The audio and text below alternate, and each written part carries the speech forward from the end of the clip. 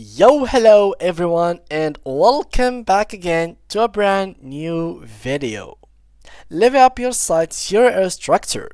In this video, unravel the steps to remove index.php or any other URLs details that you don't want them to be in your WordPress URLs. Enhance your experience and make site links cleaner and more SEO friendly. So let's get started. So before we start with this video, make sure to watch it from now till the end so you have the full information. So guys, in this specific video, we are gonna work on how to make your URLs looks cleaner. So for example here, if I want to paste tutorial, this is how the URL is gonna look like. If you go to the index.php page, well, this is gonna be even worse. So in this specific video, I'm going to work on developing and upgrading your URLs in your WordPress website to make them more like simple, nothing weird about them, like the codes here are not really necessary to be in here, and it's gonna be much more easier for you to have simple links than having very complicated links.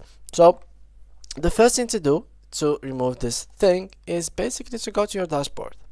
So here in the dashboard, what you should do is simply head up to the settings.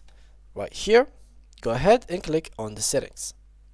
After you click onto the settings, link or this pop-ups will be right here, or the sub settings. So simply just click on whatever one you would like to click on. For example, here I'm going to click on permalinks. So click on permalinks. And this is the most important part. So the permalinks are pretty much important. Why so? Well, simply because they are permalinks. So here is the thing.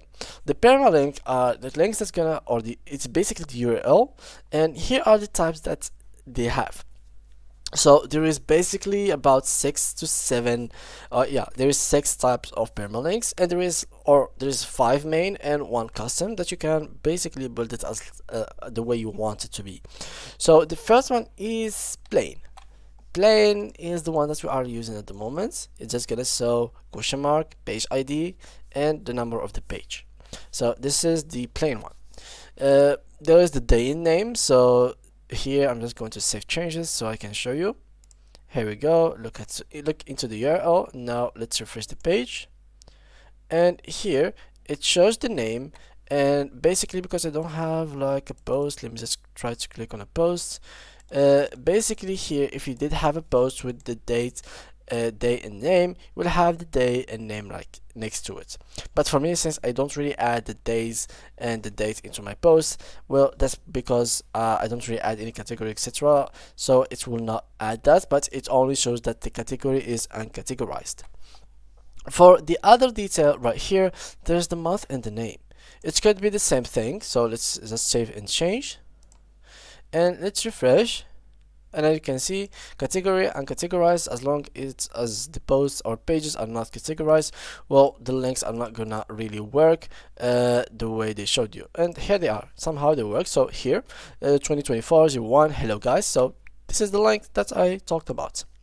There is also numeric. So let's check them out, save changes. So let's refresh, and basically this is how it looks like. So let me just refresh this once more. So archive 1295. So this is this link URL type. There is the post name, so it's gonna be simply the post name, which is hello guys. So let's show you real quick. Here we go. Oh, the post has been removed. Okay, let's click on it right through here, and as you can see, hello guys has been changed. So the URL is changing depending on which permalinks you have changed or chosen. So to remove the index.php from your website URL, basically you just have to go for a very custom permalink structure. So for example, you can either go for something like second or category or author that can really remove that index.php from the URL. So you have to replace it with something else. As you can see here, it could be either a post name, numeric, month name, or day name, or plain, or custom structure, which could have these tags as year, month number, day, hour, minute, second, post ID, post name, category, and author. So it's completely up to you to actually customize the URLs so they can be much better. Now, another thing to actually do while making the URLs is to actually, while you are doing it in the post name, so the best one here is the post name, because plain, if you have any other plugins that has to work with your permalinks, the most of them are gonna ask you to change it from plain to any other one. So post name here is the best. Now let's skip that part and go to the other part. So here, when you try to create a page, make sure that the name of this page is pretty simple and it matches the name that you want it to be right here in the top of the URL. So for example, if you want the page to be about sport, then name it sport. Don't name it by something random that you're gonna regret later on and you have to come back and change it. And while you create a page, look right here, add a new page. So in this section, as you can see, you can literally change the permalink right through here. So you can edit it to name it whatever you want. So let's say that we name this page, for example, sports. Let's do that real quick. Well, normally this page should change to sports, but we can, for example, name it health. As you can see here, let's just simply view page. As you can see, this is the link of it. So it went from localhost WordPress / health instead of local host WordPress / sports.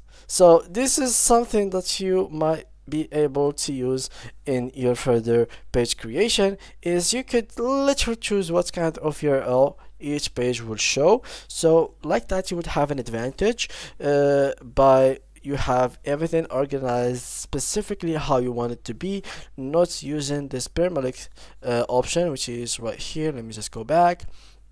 So using these permalinks, that's gonna really just limit you in one of these options. Either go with post name, numeric, month name, day name, or plain.